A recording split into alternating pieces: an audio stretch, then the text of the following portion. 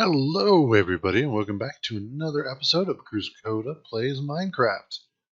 Today, we are going to continue off sort of where we left off. I've actually done a little bit of work behind the scenes, as you can see. Did some work there on the farm, making it a little bit bigger. And one of the exciting things about it, which I will go over in just a moment, was getting to move the water farther up. On top of that, I did a little bit of work on our house, just kind of getting a basic shape or design going as far as the walls and the doors. So we'll go back and take a look at that. The main focus of today, though, is going to be primarily on food, most of which coming from the growth of it and what we do with that wheat, as well as fishing and possibly some hunting.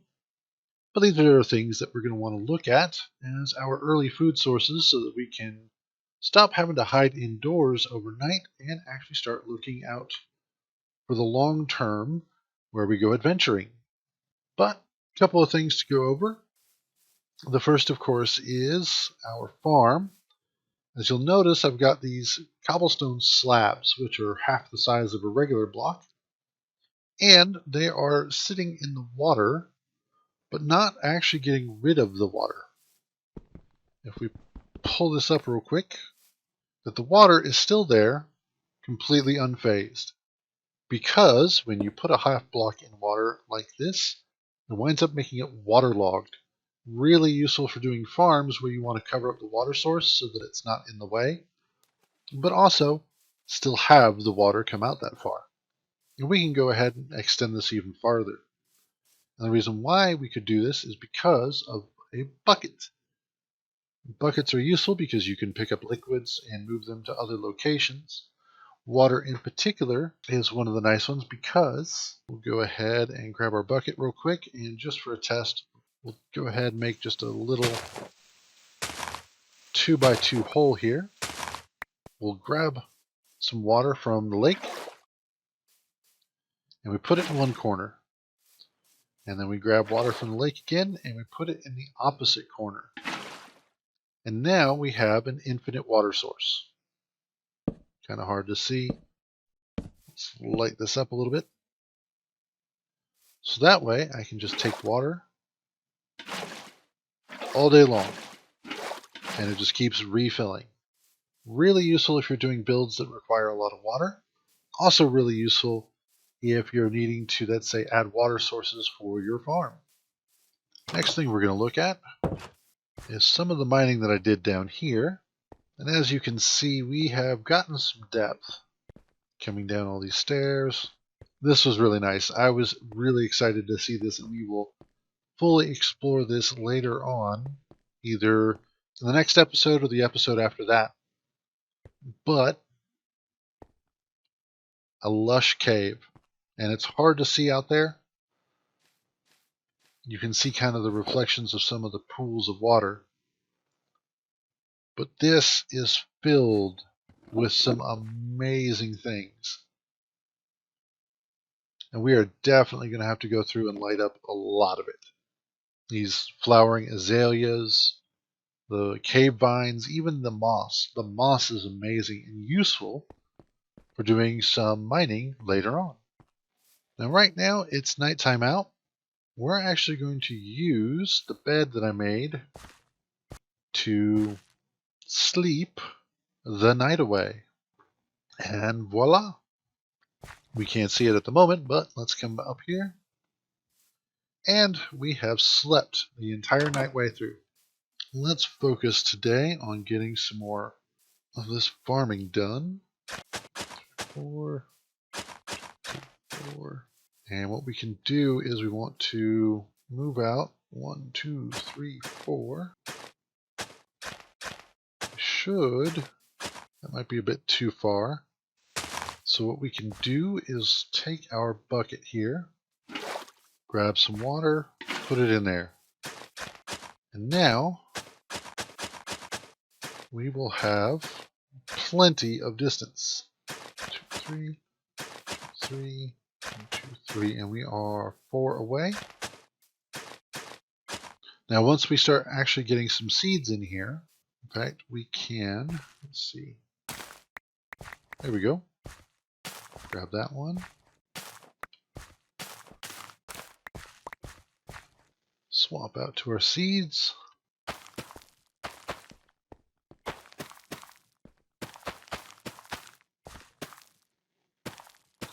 And very quickly you can see that with just a little bit of farming and a little bit of work, start building up a nice farm.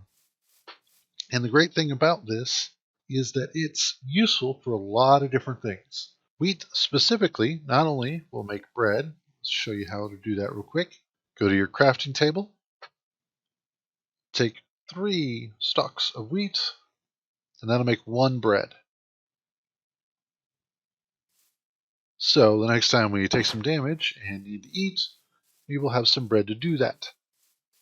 On top of that, get wheat onto our bar because let's go find some animals real quick.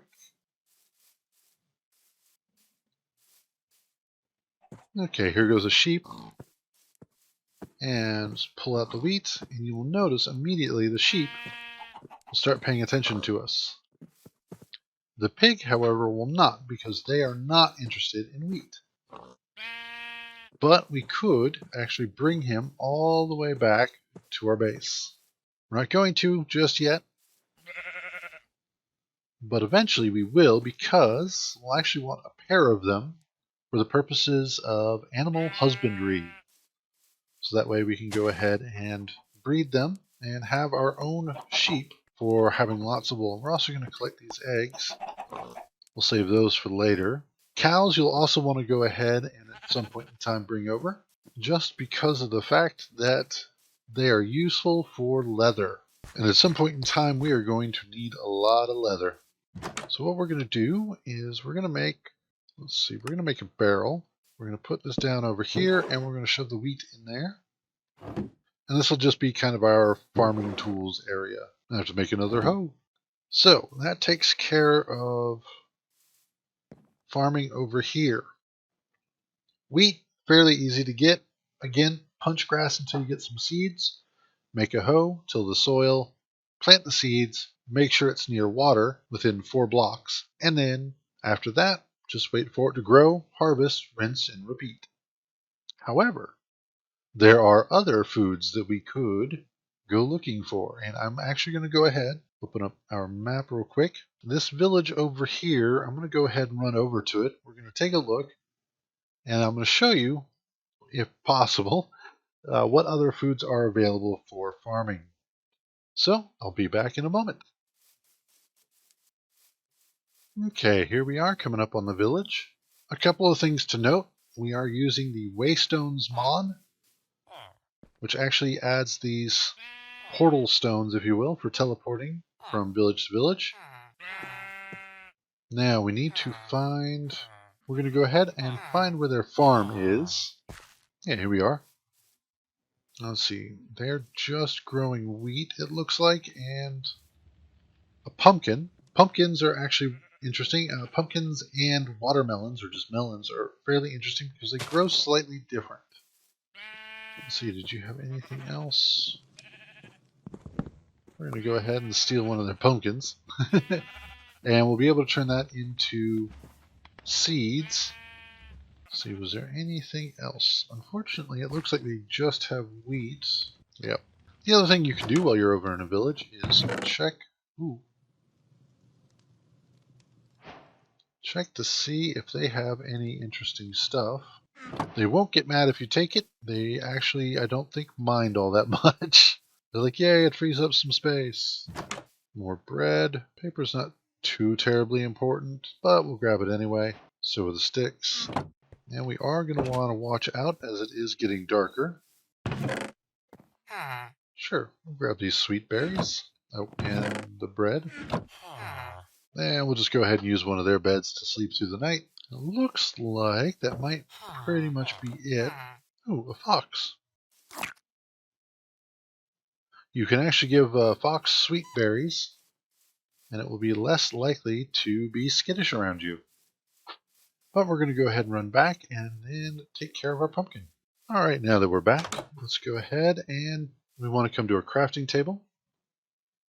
Pop our pumpkin there, and the pumpkin is going to go ahead and give us 4 seeds. Now, pumpkins and melons are a little bit different in how they grow.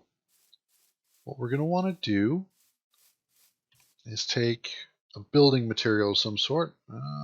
Yeah, we'll use our spruce planks. We've got 4 melons, so we're going to dig out 4 spaces. Yep, there. Knew it was going to break. We're going to take 4 planks, and we're going to put them here. We're going to go ahead and also cut out the corners here. And the reason why is because whenever melon grows, I need to till the soil real quick. They are first going to grow a stem. That stem is going to go from this state to a fully grown state, and then it will have a chance at some point in time to grow a melon or a pumpkin. And it's going to attempt to do so in either of the 4 directions around it. Oh, great. It's raining. Natural hydration. So, every time it... boom. Well, we don't need one that close. But every time it goes to grow, it's going to check in all 4 directions. And if there's something in any of those, then it won't grow that direction. And so if you want to go ahead and make it so that they only grow one direction, you block it off like this. And they won't try and grow over another stem. They'll simply put the pumpkin or the melon right next to it. So it's a good way to make sure that you control how something grows. Now we've got some extra sweet berries here. What we're going to do is just plant some more of them. And if you'll notice, I've got this kind of wall. This does help keep some of the mobs out. That's not 100%, but it's definitely more than not having anything at all. Plus, if they do come through it, they will have taken a little bit of damage. So it does help. One of the other things we can do while we're waiting for this rainstorm to end and for some of our crops to grow is to look at building some fence pieces as well as a gate. That way, we're going to go ahead and build a small corral here. Oops, nope, corner. Thank you. We'll go ahead and open that up. Let's go grab some of our wheat. Now you do have to be careful. If you jump on farmland, you could potentially turn it back into dirt, which means you'll have to re-till it again. If you're just walking along and you go up a rise, or let's say you come down off of a slab or stairs, it's not that big of a deal. But now that we've got some of that wheat, let's see if we can get a couple of sheeps, and we'll bring them over. There goes one right there. Come here, buddy. Now you want to make sure they stay in a certain range, as otherwise if they get out of range, they'll stop following. Yeah, I thought I saw you, buddy. Just gonna have to wait until I get the sheep in here.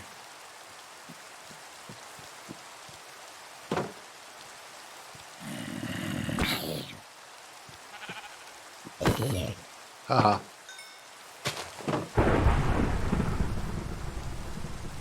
And as long as you stop holding the wheat, they will stop following. Let's go ahead and sleep again.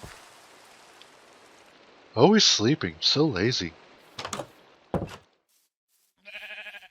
Let's see about finding another one. Oh.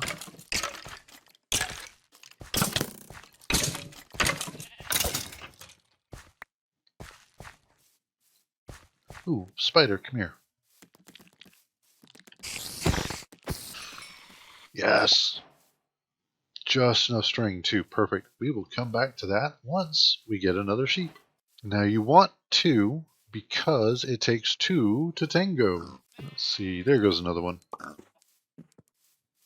And let's go ahead and coax this guy over here. Come on. We're going to go ahead and bring this one with us.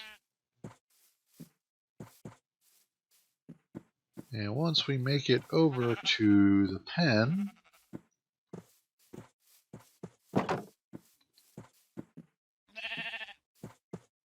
Perfect. So what you're going to want to do is we've got our 2 sheep. Go ahead and right click on them and you're going to feed them the wheat. And you want to feed 2 of them. They're going to tell each other how much they love each other, and then bam, the stork drops off a lamb.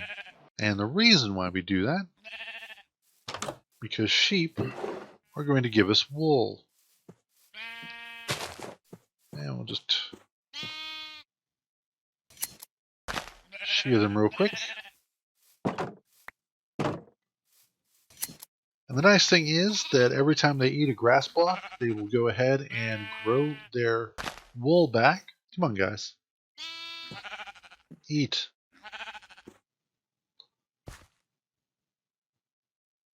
Alright, fine, don't. I don't care. Just starve.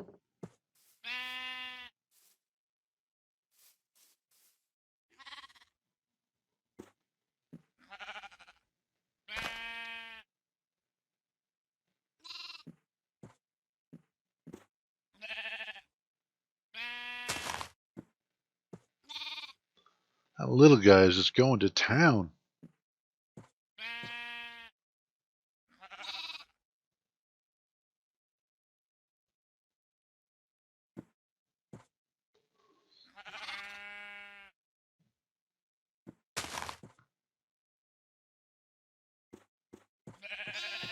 Okay, these guys really just don't like eating grass, apparently. There we go. Bam, there.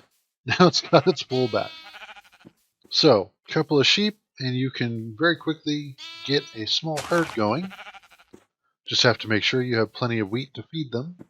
The same goes for cows. Once we find a couple of cows, we'll bring them back. Then we can go ahead and start. Once we get a couple of cows, we can start a herd off of just 2 of them and go from there. But the reason why I wanted the string is because with just a couple of string and some sticks, we can make a fishing pole or a fishing rod. And you take the fishing rod over. Now you don't have to have fish objects immediately in the water. All you want to do is cast your line. You're going to start seeing the little spurts of water. And then eventually,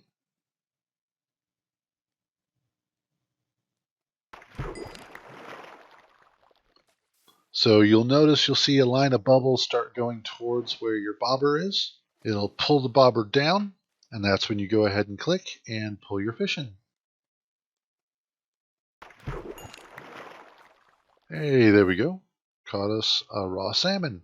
So if you're just looking to rest for a little bit, you've had a long day of causing sheep to mate, or you've been out digging underground all day and you just want to do something kind of relaxed, go ahead, go fishing. We now have ourselves our cooked salmon, and there we go. So several different ways of getting food, growing it, breeding it. Sheep, I don't believe, actually drop any meat, but cows do, as do chickens. And then also fishing for it. So lots of options for making sure that you have sustenance for the day. Now, as far as growables for farming, there are also potatoes, carrots, and beets. Beetroot, I believe is what it's called. Those are typically found either out in the wild, depending on which biome you're in, or you may actually find them in village farms. So let's see where another village. I haven't found one yet. But the village we went to, there was a strong possibility that in their farmable area, there may have been an additional type of farmable, such as the carrots or the potatoes. And that's typically where you're gonna find them most frequently. Now, one of the things I wanted to take a look at, because this was going to irritate me as I was thinking about it, was I wanted to change this window. And what we did here is we actually took stairs, and depending on how you place them, changes their orientation. So for instance, if we take a stair like so, just puts it down normally. However, if we churn and put one down, then it creates this nice little curve. Or, same thing, turn in the same direction, it creates an outwards bend or curve. You can also put them upside down. So if you're looking at, let's say, the top half of this block right here, if you aim above that, it'll put the stairs upside down. And then the same rules apply to them.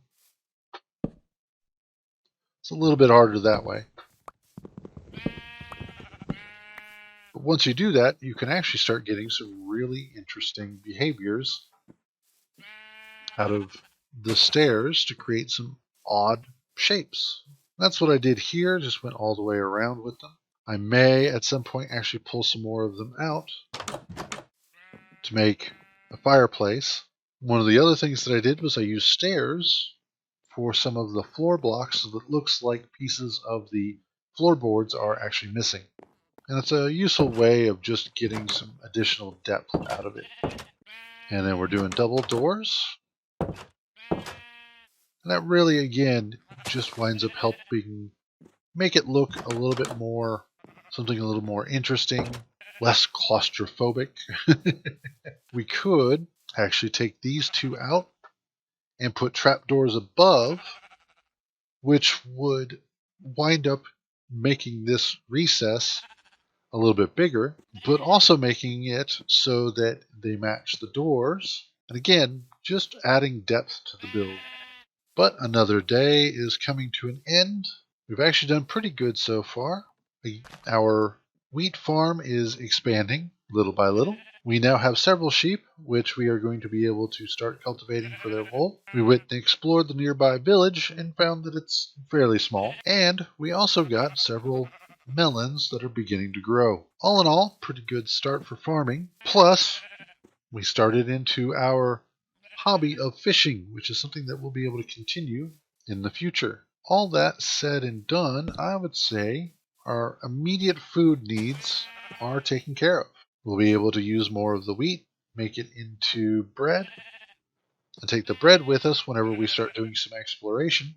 And once we get some cows and get the herd going, we'll be able to cultivate the cows for beef and cook that in order to get a more filling meal. That's everything. We're going to go ahead and end there. When we come back, we'll go ahead and take a look at working some more on our house back there. We'll also take a look at some mining techniques, as we'll be going underground using our pickaxes as well as our shovels and seeing what raw resources we can find underground. But that's going to be it for today. I will definitely see you guys later. Remember to stay out of trouble. And if you get caught, I don't know you. Catch you later, guys.